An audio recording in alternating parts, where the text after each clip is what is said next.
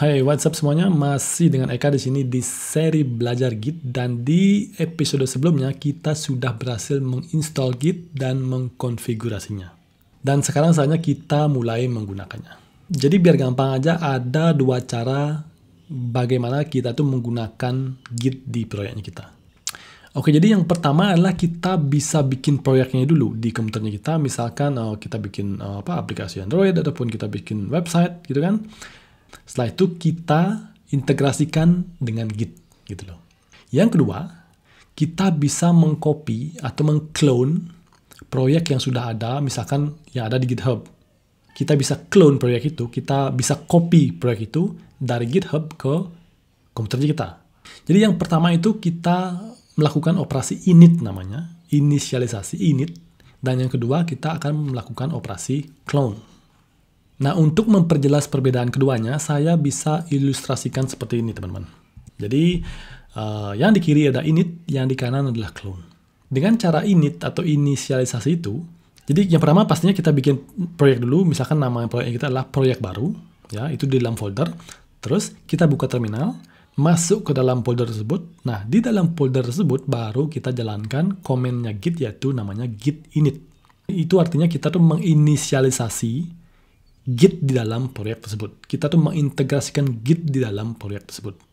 Itu untuk yang init, teman-teman. Yang kedua, yang clone, yang di kanan. Biasanya kita tuh mengclone proyek yang ada di GitHub atau yang ada di online, di cloud. Nah, misalkan proyek ini ya, inilah proyek belajar Django yang saya taruh di GitHub, dan ini public.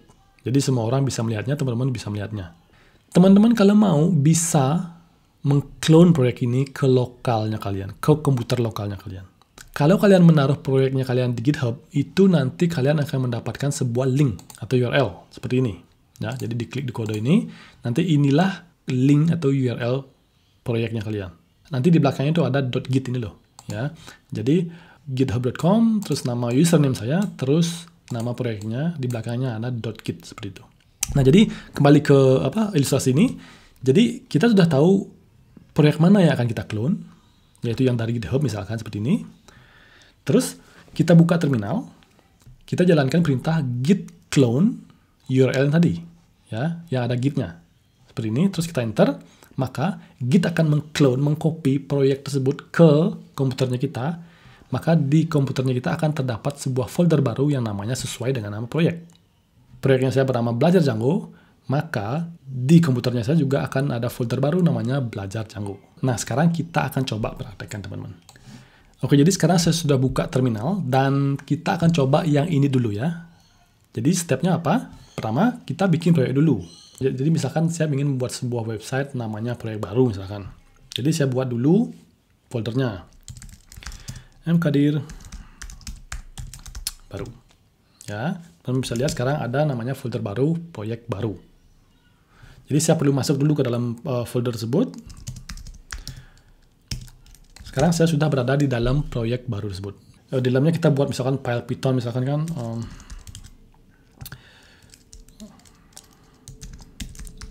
Seperti itu misalkan ya. Jadi teman-teman bisa lihat bahwa di dalam proyek baru tersebut ada sebuah file namanya app.py. Itu file Python. Terus itu misalkan adalah aplikasinya kita, proyeknya kita. Sekarang kita mau mengintegrasikan proyek ini dengan Git.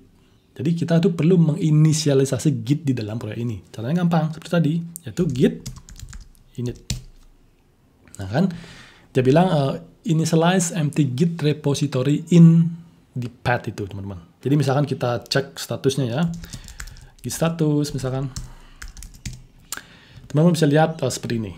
Nantilah kita akan bahas apa maksud dari pesan-pesan ini, tapi kita sudah tahu sekarang bahwa proyek baru itu sudah terintegrasi dengan Git, teman-teman. Gampang sekali kan? Sekarang gimana kalau kita coba yang clone? Jadi clear dulu, kita keluar dulu ya. Jadi proyek baru inilah yang baru kita buat. Sekarang kita coba clone proyek Belajar Django yang saya taruh di GitHub ke lokal komputernya saya.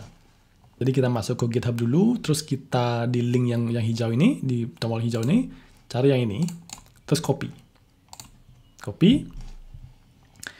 Nah, itu kita buka terminal lagi, kita clone dia.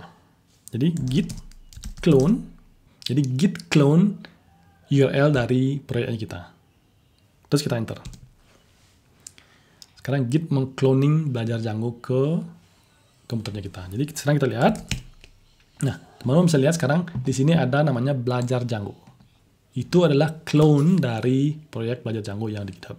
Nah, gimana kalau saya mau mengclone tapi nggak mau pakai nama yang sama? Bisa. Jadi tinggal kasih nama belakangnya. Jadi belajar Django 2 misalkan. Ya, jadi sama git clone terus URL-nya sama. Yang terakhir adalah kita beri nama apa nama folder yang akan dibuat sama Git di lokal gitu loh. Setelah itu kita enter.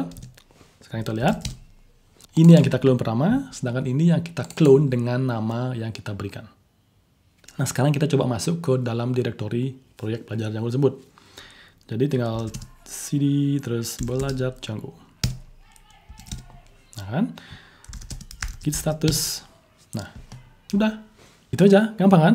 Jadi kalian sekarang sudah tahu gimana caranya kita mengintegrasikan proyek barunya kita dengan menggunakan git init, ataupun gimana caranya kita tuh mengclone proyek yang ada misalkan di GitHub ataupun di Bitbucket ke komputer lokalnya kita. Nah, jadi seperti itu ya. Sekarang teman-teman sudah tahu caranya bagaimana mengintegrasikan Git dengan proyek kita yang baru, ataupun kita mengclone proyek teman-teman atau proyek orang lain yang ada di GitHub misalkan, itu ke lokal komputernya kita.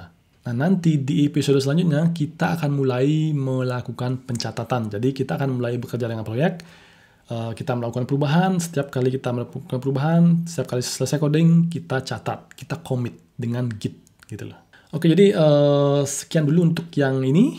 Sampai jumpa di episode berikutnya.